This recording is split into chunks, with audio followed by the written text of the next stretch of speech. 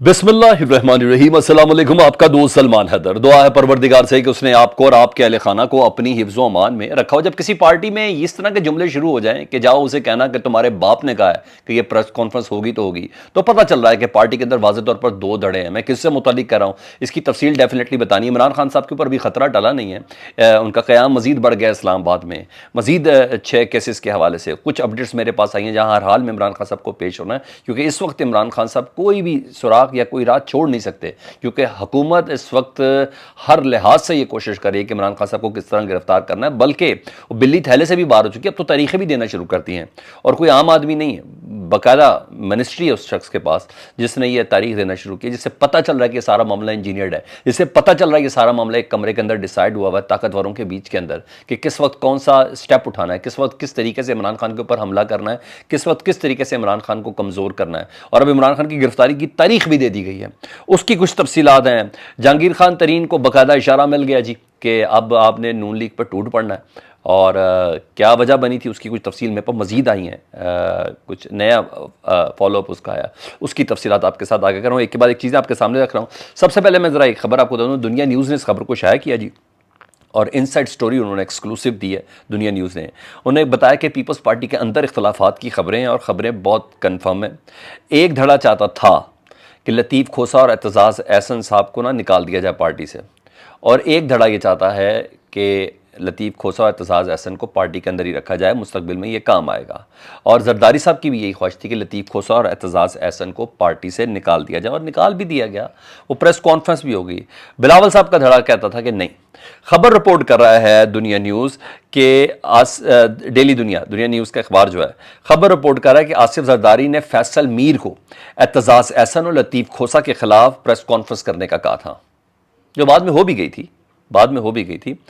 आसिफ जरदारी ने कहा था कि एतजाज़ एहसन और लतीफ़ खोसा के खिलाफ प्रेस कॉन्फ्रेंस करो, तो फैसल मीर ने उस वक्त जवाब दिया था प्रेस कॉन्फ्रेंस करने से पहले आसिफ अली जरदारी साहब को कि जरदारी साहब, बिलावल साहब ने मना किया है कि लतीफ़ खोसा और एतजाज़ एहसन के खिलाफ प्रेस कॉन्फ्रेंस नहीं करनी, उन्होंने मना किया। तो उस पर जरदारी साहब ने यह जवाब दिया कि अब अगर बिलावल रोकें तो कहना तेरे बाप ने प्रेस कॉन्फ्रेंस का कहा है।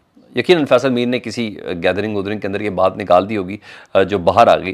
फिर बाद में प्रेस कॉन्फ्रेंस भी हो गई थी, क्योंकि इससे ये अंदाज़ा होता है कि लतीफ़ खोसा और एतजाज़ एहसन साहब ना नून लीग को रगड़ा बहुत देते हैं, उनको बहुत अच्छे से तगड़ा आते हैं, एतजाज़ एहसन साहब भी और लतीफ़ खोसा भी। और इसका ये मतलब है कि बिलावल साहब नून लीग के साथ मुस्तकबिल में साथ चलना नहीं चाहते। वो ऐसे कैसे चलेंगे, इलेक्शन जीतना नहीं है, चलना नहीं चाहते हैं उनके साथ, उनके मुकाबले में इलेक्शन लड़ना चाहते हैं, और नून लीग के एंटी रहना चाहते हैं, और मुस्तकबिल में उनको ज़रूरत भी पेश आती एतजाज़ एहसन और लतीफ़ खोसा जैसे लोगों की। तो बहरहाल ये खबर दुनिया ने रिपोर्ट की है कि विद इन पार्टी भी धड़ाबंदी शुरू हो चुकी है बाप और बेटे के बीच में। तो मैंने कहा ये खबर थी, तो मैं कहा आपको पूरा रेफरेंस के साथ कोट भी कर दूँ। दूसरी तरफ हमारी खबर दुरुस्त हुई है।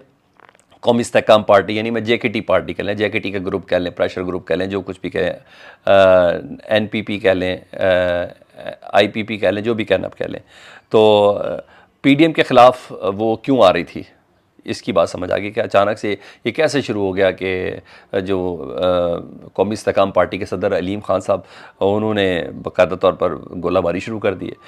ख़बर ये आई है कि जी जहांगीर खान तरीन ने ना सीट एडजस्टमेंट की मद में 30 सीटें मांगी थी नून लीग से। वो जो लंदन के अंदर मुलाकात जिसमें ओन चौधरी भी बुलाए गए थे, 30 सीटें मांगी थी कि 30 सीटों में आप हमारे मद्दे मुकाबिल बंदा खड़ा नहीं करेंगे, हमारा ही बंदा खड़ा होगा पंजाब में।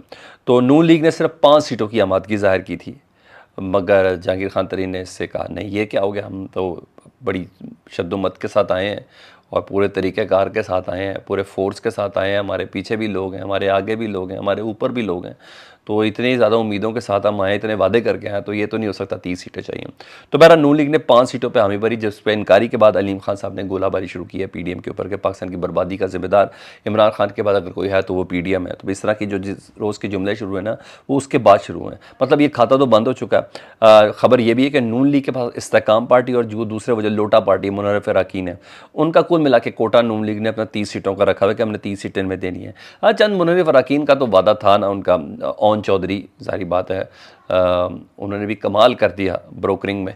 इस वक्त मशीर भी हैं वज़ीर आज़म के, हैं दूसरी पार्टी के, मगर मशीर भी हैं वज़ीर आज़म के, अभी तक इस्तीफ़ा उन्होंने दिया नहीं है। लंगड़ियाल साहब, खाकवानी साहब, इनके खिलाफ इलेक्शन ना लड़े, वरना मुकाबला दो बदू है जी। कौमी इस्तेकाम पार्टी और नून लीग का इशारा उनको बहुत ही ताकतवर लोगों से मिल गया कि हमने इनकी बैंड बजा के रखनी है, क्योंकि मुस्तकबिल में इनका वो हिस्सा नहीं है जो ये एक्सपेक्ट कर रहे हैं। ठीक है जी, तो ऐसा है। तो उधर बिल्ली थैले से बाहर बड़े मज़ेदार तरीके से आई है। अज़ाइम का इजहार अब खुलेआम होना शुरू हो गया है, सारी ये भी इंतहा हो गई है। मगर पाकिस्तान ने आजकल सब कुछ एक्सपेक्ट किया जाता, और यही हुआ। इमरान खान साहब को सज़ा सुना दी जाएगी जी, और उसकी तारीख भी दे दी है। और अब जो अज़ाइम है, अब मुझे बताएं, जब सज़ा दे दी जाएगी तो उन जब सज़ा की तारीख ही पहले दे दी है तो उन सज़ाओं की क्या हैसियत होगी, तो पूरी दुनिया ये जानेगी ना। अता तारड़ साहब मुशीर दाखिला जी, बेपरकी भी उड़ाते हैं लेकिन कभी कभी उड़ा देते हैं, तो शायद जज्बातियों के अंदर की बात निकल आई हो, इनसाइड जो कमरों के अंदर डिसाइड हुआ हुआ है। तो उन्होंने कहा अगस्त में इमरान खान को अगस्त से पहले ही सज़ा सुना दी जाएगी, ये अता तारड़ साहब कह रहे हैं। सवाल ये पता है, ये कोर्ट ऑफ लॉ है, ये जज हैं, या इनकी अदालत में पेश हुआ ये केस? ये क्या, ये या नून लीग के केस ये लड़ रहे हैं, या इमरान खान साहब के केसेस ये लड़ रहे हैं? क्या है, इनको तारीख का पता है? तो इसका मतलब है कि ये सब कुछ इंजीनियर्ड तरीके से हो रहा है, और कहीं ना कहीं ये चीज़ें डिसाइड हैं, और ये केसेस तमाम सियासी इनको भी बड़े अच्छे से पता है, और जिन्होंने सजाएं देनी, ये पूरे सिस्टम को ना पे एक सवालिया निशान है। मुतनाज़ा कर रहा है इमरान खान साहब के तमाम केसेस को भी, पूरे सिस्टम को। तो सिस्टम खैर माशाल्लाह से पहले ही मुतनाज़ा है, और नहायत ही शकूक हो गए अता तारड़ जैसे बंदों की इन गुफ्तगू के बाद कि इमरान खान को अगस्त से पहले पहले सज़ा हो जाएगी। बड़ी बात है, बड़ी बात है। अच्छा ये है, उधर इमरान खान साहब की गिरफ़्तारी का ख़दशा अभी टला नहीं है। ATC अदालत ने कल फिर इमरान खान साहब को तलब कर लिया, और आमिर कियानी साहब को भी तलब किया है, ये भी 9 मई के हवाले से। तो मतलब कल उनको हर हालत में पेश होना है। तो ATC के 3 केसेस में तो 19 जुलाई तक के लिए ज़मानत उनको मिल गई थी इमरान खान साहब को, लेकिन बहरहाल इमरान खान साहब आज फिर इस्लामाबाद में ही स्टे करेंगे, मोस्ट प्रॉबेबली यही अभी तक बात सामने आई है। एडिशनल सेशन जज ताहिर सफरा साहब ने 6 केसेस में उनकी ज़मानत कन्फर्म की है जी, सॉरी अबूरी ज़मानत दी है। एडिशनल सेशन जज फ़ारूक फरीद ने 2 केसेस में, बुशरा बीबी के थाना कौसार में 1 मुकदमा है जी, उस पर ज़मानत हुई उनकी जी, 19 जुलाई तक तोसी हो गई है, यानी 9 मुकदमात में कल ज़मानत लेनी है इमरान खान साहब ने, इस्लामाबाद में ही रहेंगे। हाँ जी, इसके अलावा कोई चारा है नहीं इमरान खान साहब ने अगर लेना है तो।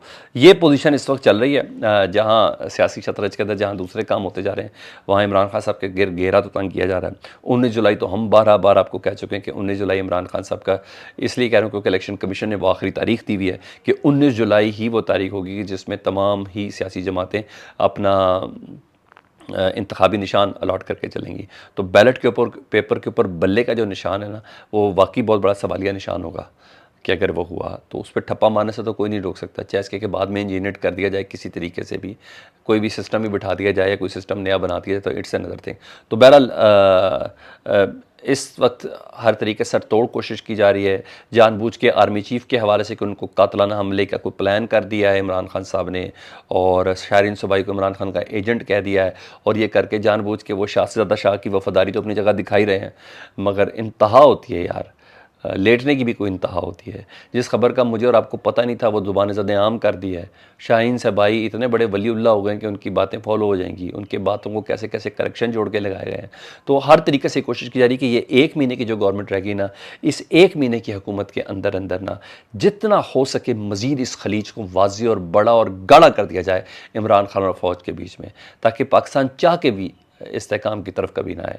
क्योंकि ये तो तय है कि आज भी सबसे बड़ा वोट बैंक इमरान खान साहब का है, तो ये खलीज जितनी बढ़ाते जाएंगे तो ये वोट बैंक मज़ीद वाज़े और क्लियर होता जाएगा कि इमरान खान के साथ ज़्यादती हुई है। जब अता तारड़ जैसे लोग इमरान खान साहब की गिरफ़्तारी की तारीखें दे रहे हों, जब हम देख रहे हों कि FIA के अदालतों से मनी लॉन्ड्रिंग केस के अंदर शहबाज शरीफ साहब के बेटे क्लियर हो रहे हों फ़ौरन से पहले पहले, पूरे शरीफ फैमिली क्लियर हो चुकी हो, तो ये सारी बातें इस बात की गमाज़ी करी है कि नहीं, हर चीज़ एक पैटर्न के साथ, एक डिज़ाइन के साथ, एक स्क्रिप्ट के साथ चलती हुई नज़र आ रही है। आपको क्या लगता है? फीडबैक में ज़रूर आगा करें। अपना बहुत ख्याल रखें। अल्लाहुम्मा सल्ली अला मुहम्मदिन व आले मुहम्मद।